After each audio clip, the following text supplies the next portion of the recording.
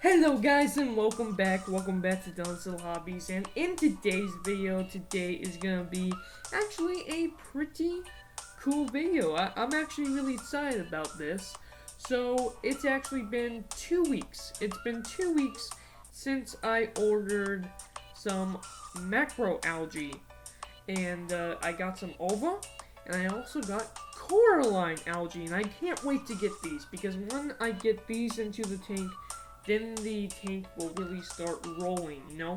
I can get the copepods, I can get the fish, and eventually I can get to the point where I put in my end goal, seahorses. Seahorses will be my 100% end goal. I'm not going to do it for quite a while, and even though I did quite slowly, yeah, I actually made a quite silly mistake. I had a bucket full of bad water from the cycling system that I did. I cycled my filtration media in a bucket and then just put that media into the tank, and I wasn't supposed to put that bucket of water into the tank, but I made the mistake of putting that bucket of water into the tank. I only did half of it before I realized, oh my god, what did I just do? If I had fish in this thing, it would have obviously died. I went online asking around what could I do to fix this problem, and some suggested to use prime. So I got some prime. Okay, so I started this video a little while ago. In fact, it's been a week since I started this video. Fact is, I could swore that it was going to be coming that day, and it just did not. So I had to recontact them, and they were really, really nice. They have fantastic customer service. In fact, they even sent me free cocoa pods because it was taking so long. It was just a simple case of they were out of stock, and they had to wait till the plant grew enough to give it to me. So, what can you do, right? It sucks, but they were nice enough to give me free cocoa pods, which saves me money because I was going to buy some. I was going to start seeding the tank. Well, I don't have to seed them anymore. They seeded my tank with cocoa pods for free, so I'm really thankful for that.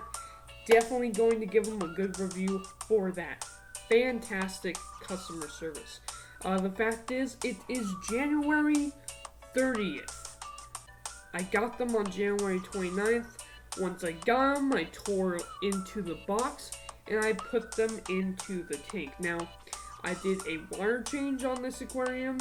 I also put in some of that Chem Prime stuff to hopefully take care of any of the nitrate problem that I was having, because even though I did a water change, I'm pretty sure I still had at least high levels of nitrates.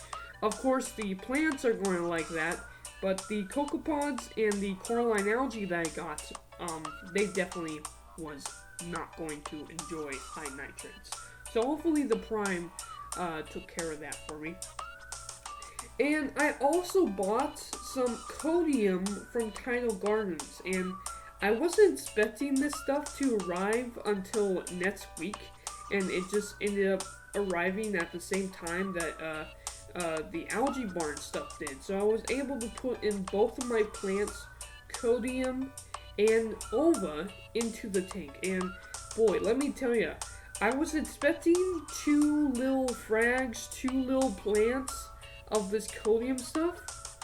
Wow, they just sent me like a whole lot. I ended up like with 15 plants out of this, and I stuck it all in the tank. It looks fantastic. I was not expecting to get such a large amount. So Tidal Gardens, definitely gonna be giving you a fantastic review for that as well. Thank you so much for all the codium. Codium is also known as Dead Man's Hand, and it's a really interesting and different macro algae. And yeah, it came pest free and all that. Yeah, it's a really nice macroalgae, and I'm really enjoying it in my tank so far, along with the ulva.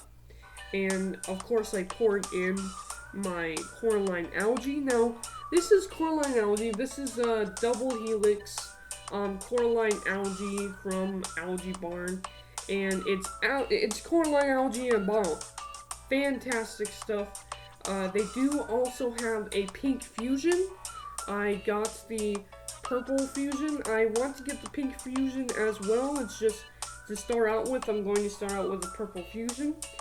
This stuff, according to the bottle, it says if you keep the aquarium up to like 78 degrees, it will grow faster. My aquarium is at 74 degrees. I don't want to get anything used to anything higher. So my tank stays at 74, 75 degrees. So if it takes a little longer to grow, I'm alright with that. It says it takes about 8 weeks.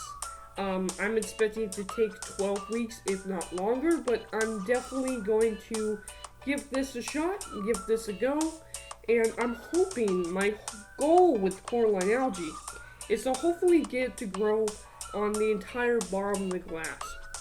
I don't mind if it grows on the back of the glass.